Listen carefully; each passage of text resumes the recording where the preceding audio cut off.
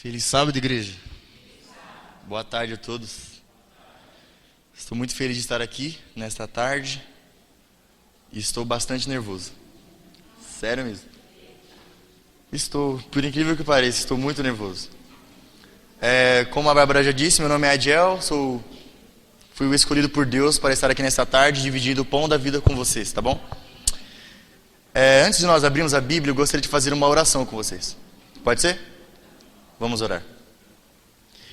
Grande Deus de Israel, Deus de Abraão, Deus de Isaac, Deus de Jacó, Deus da igreja do Jardim dos Ipês, Deus do Clube Tribo de Judá. Obrigado porque o Senhor é muito bom e a sua misericórdia dura para sempre. Obrigado porque a sua palavra chegou até nós e que habite em nós ricamente a sua palavra. Por favor, Senhor Jesus, perdoa os nossos pecados. Unja-nos com teu santo e poderoso Espírito e que tudo que nós vamos falar, fazer, ver, ouvir, sentir, que seja para louvar o seu santo e poderoso nome. Pai Celestial, nós vimos agora, nesse exato momento, algumas crianças, alguns jovens que foram admitidos em lenço, outros que receberam a insígnia das suas classes, que trabalharam durante o ano para recebê-las e agora foram premiados. Também vimos a forma que o Senhor trabalha. O Senhor tirou novamente uma pessoa das trevas e trouxe para a sua maravilhosa luz. E nós estamos muito felizes por isso. Que o Senhor abençoe a vida do William, que o Senhor o capacite, lhe dê sabedoria e que ele possa ser um vaso em suas mãos. Abençoe todos nós, Senhor. Permita-nos abrir a Bíblia. Em nome de Jesus, amém. Irmãos, abram suas Bíblias em Gênesis, no capítulo 11. Rapidinho. Prometo que vai ser bem rápido. Gênesis, no capítulo 11, versículo 1 em diante.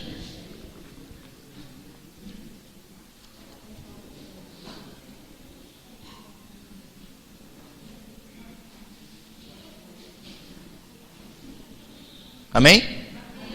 No versículo 1 diz assim, olha.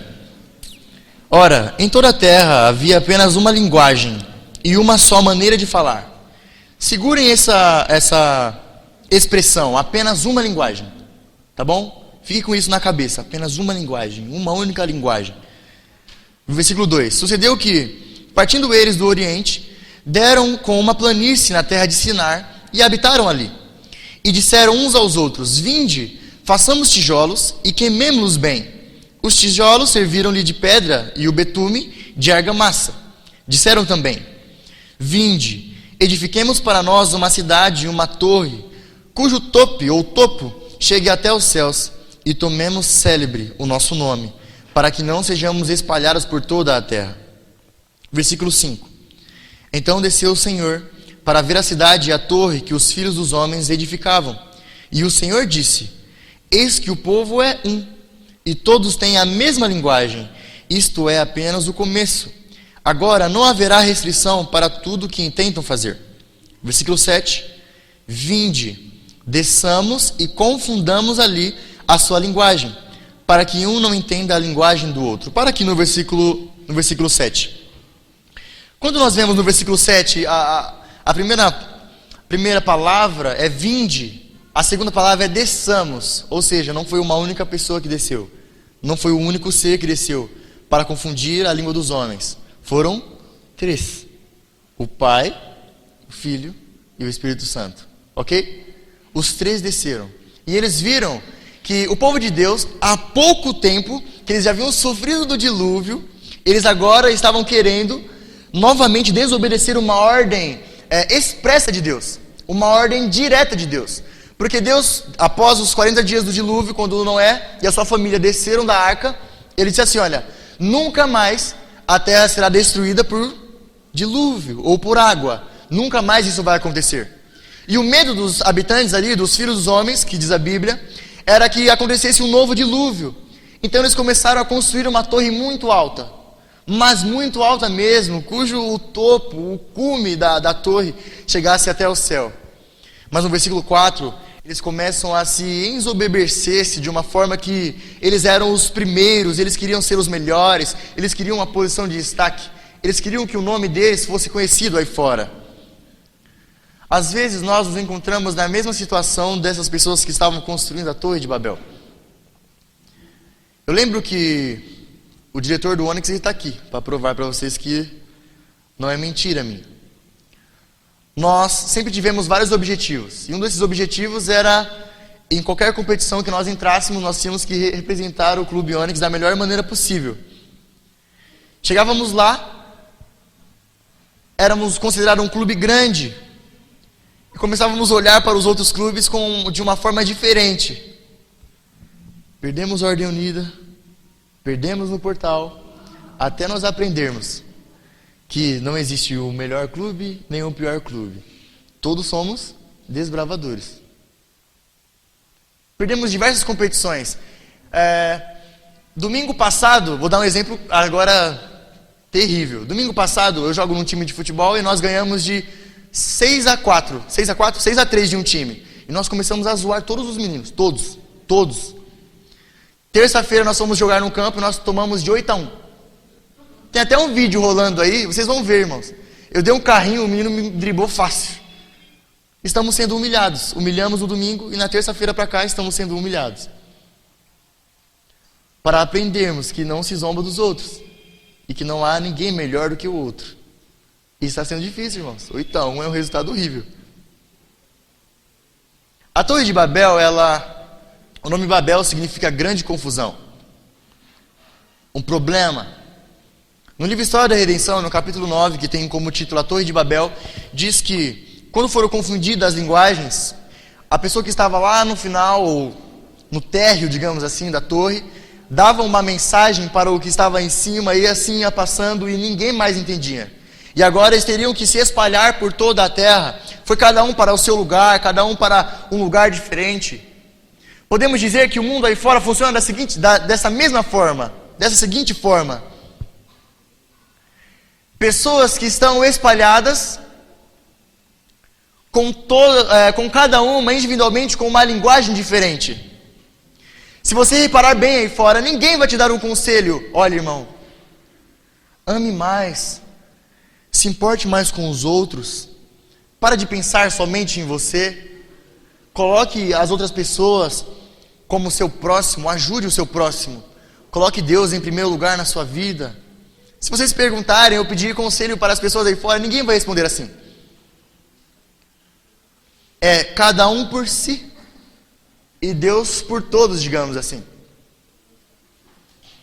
Existe uma história no Novo Testamento do paralítico no tanque de Betesda. Creio que todos já ouviram essa história. E este homem, ele ficava lá, deitado, digamos assim, do lado da piscina, onde um anjo passava uma vez por ano, e se passasse, a primeira pessoa que entrasse na água, depois que balançasse, não é? Seria curada. Quando Jesus chegou até esse homem, ele perguntou assim: olha, há quanto tempo você está sofrendo por isso? E ele responde assim para Jesus: há 38 anos. Porque quando balança-se a água, alguém entra primeiro do que eu, e eu não consigo ser curado. Jesus pergunta e faz uma pergunta bem simples para ele: olha, o que você deseja? Quer ser curado? E ele responde: sim, Senhor, eu quero ser curado. Mas o que nós precisamos entender nessa seguinte história é que ninguém dos irmãos daquele homem, nenhum dos seus amigos, nenhum dos que estavam ao seu lado repararam, ouviram, perceberam que o problema dele era de um grau muito maior do que o dos outros. Porque cada um se importava somente consigo mesmo. Após esse episódio da Torre de Babel, nós entramos numa sequência cronológica da Bíblia de uma forma incrível. Abraão, Isaac, Jacó. Mas a Torre de Babel foi um marco histórico ali. Quantos de nós temos desobedecido a ordem de Deus? Ou não temos nos importado com o que Ele nos fala hoje? A lição na escola sabatina desse trimestre, ela está nos ensinando lições de formas sobrenaturais, irmãos. Fé e ação, amor ao próximo, amar a Deus, parar de nos importar somente conosco mesmo, individualistas, e está nos ensinando a amar as outras pessoas. O povo da Torre de Babel, no versículo 8, diz assim, olha: Destarte o Senhor os dispersou dali pela superfície da terra e cessaram de edificar a cidade. Chamou-se-lhe por isso nome de Babel, porque ali confundiu o Senhor a linguagem de toda a terra, e dali o Senhor os dispersou por toda a superfície dela. Agora abram suas Bíblias em 1 Coríntios, no capítulo 5.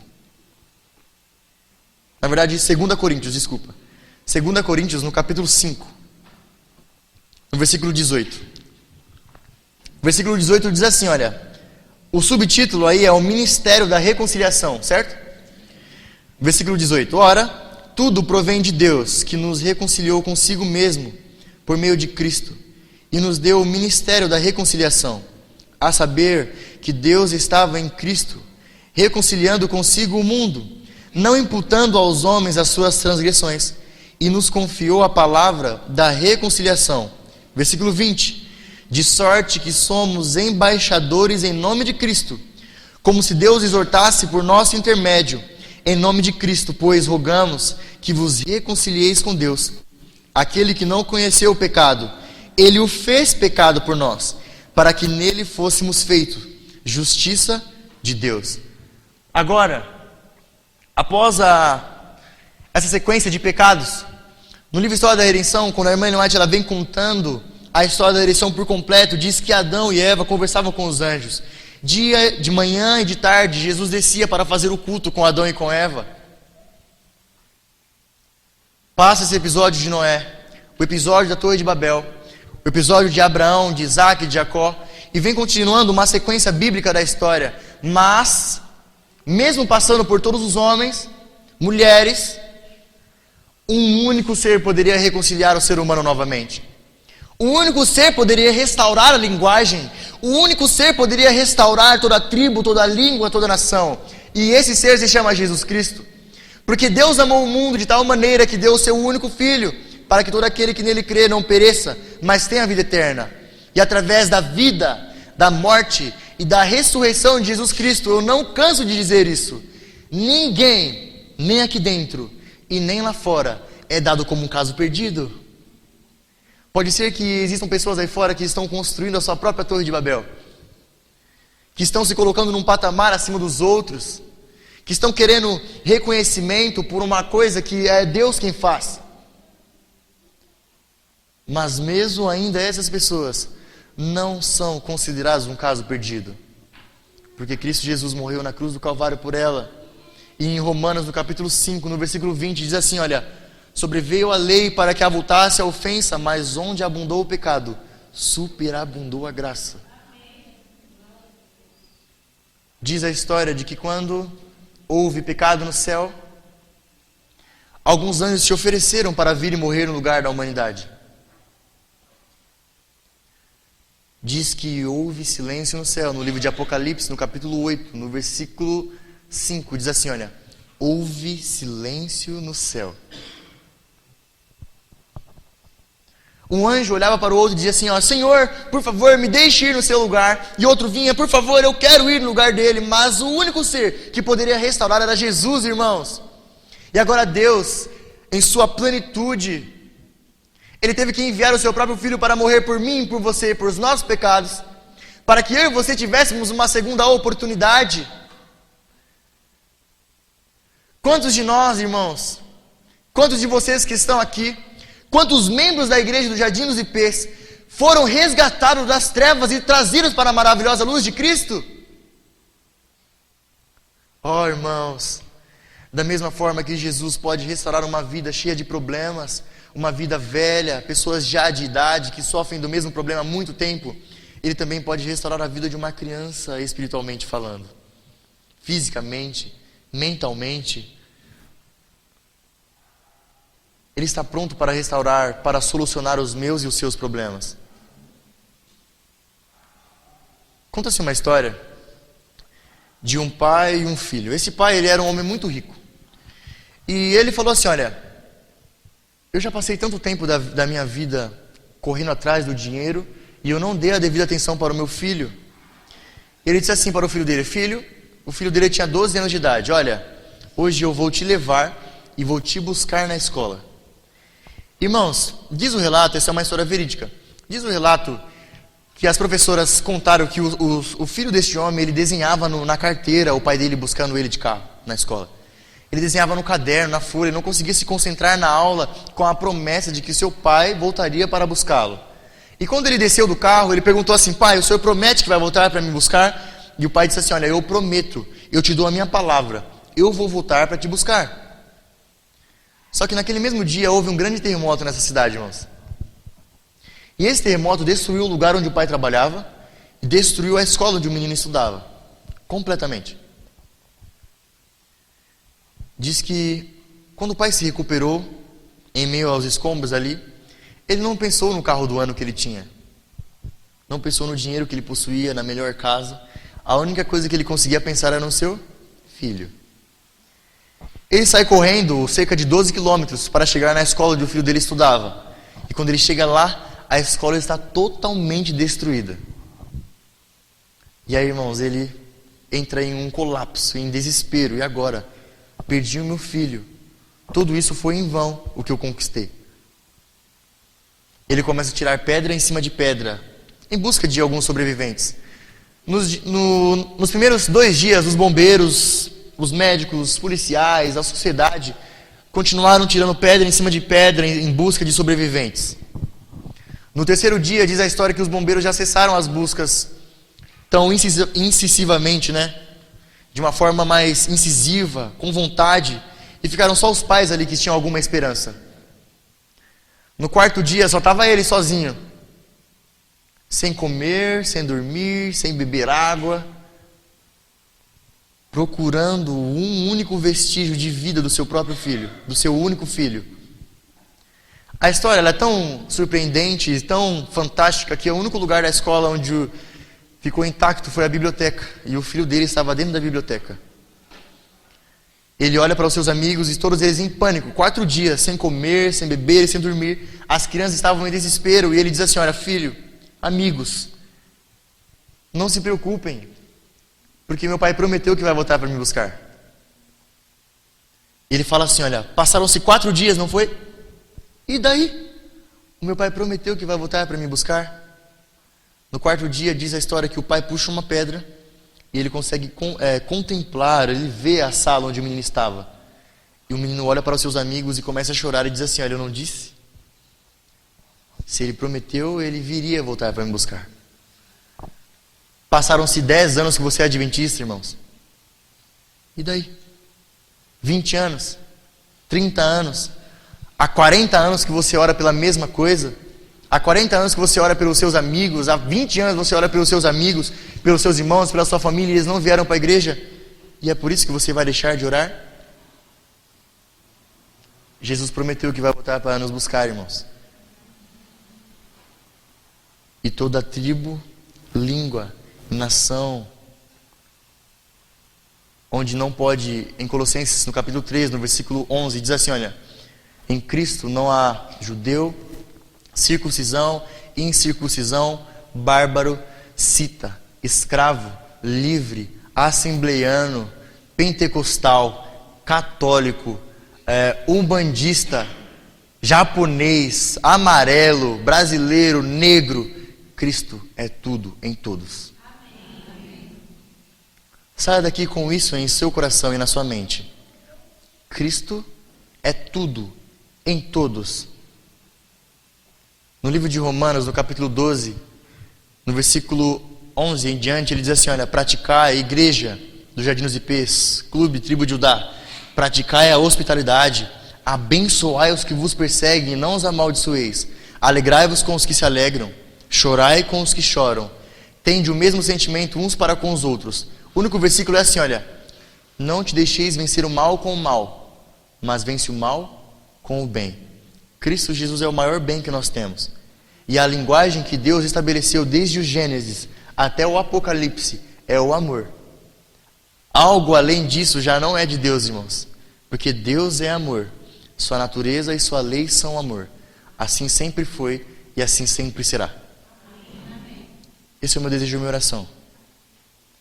Que você entenda de que a linguagem estabelecida por Deus no céu, na terra, é o amor. Ele nos amou E da mesma forma que Ele nos amou, Ele deseja que nós amemos os outros também. Esse é o meu desejo e minha oração em nome de Jesus, amém. Vai ter louvor? Vai ter o quê? Oração?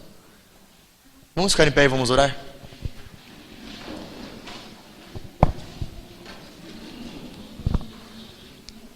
Oremos. Senhor Deus, obrigado por mais um sábado na sua santa companhia. Obrigado porque através da morte do seu Filho, nós somos reconciliados com o Senhor. Misericórdia. Senhor, por favor, perdoa os nossos pecados. Ajude-nos a ser fiéis à tua palavra. Ajude-nos a ser luz em meio a este mundo de trevas. Ajuda-nos, Senhor, a fazer a sua vontade e obedecer os seus mandamentos. Obrigado porque nós não obedecemos ao Senhor ou seus mandamentos. Nós não viemos à igreja porque nós queremos ser salvos. Nós viemos aqui nessa tarde, viemos aqui pela manhã, porque nós já somos salvos. Obrigado, Senhor, porque o Senhor não vai nos salvar e já nos salvou. Senhor, por favor, nosso único pedido nessa tarde é: volte o mais rápido possível. Nós não aguentamos mais viver aqui, Senhor. Onde quer que nós olhamos, nós só vemos destruição, morte, dor. E nós queremos ir para um lugar, uma terra onde emana leite e mel. Um lugar onde nós poderemos contemplar ao Senhor face a face. Um lugar onde nós poderemos ouvir a sua própria voz. Onde nós conheceremos os nossos heróis. Onde nós contemplaremos a árvore da vida. Comeremos do fruto, viveremos eternamente. Obrigado, Senhor, porque o Senhor não nos deixou aqui neste mundo sem esperança. Obrigado porque até na morte um desbravador tem esperança na sua volta. Por favor, Senhor Jesus, unja-nos com o teu Santo Espírito. Fica conosco no decorrer dessa semana que é desconhecida para nós, mas para o Senhor nada é desconhecido. Obrigado, Senhor, porque o Senhor vai à frente de todos os nossos problemas. Obrigado porque o Senhor soluciona os nossos problemas. E nós acreditamos que o Senhor perdoa os nossos pecados. Fica conosco, é isso que te pedimos e agradecemos. Em nome de Cristo Jesus, amém.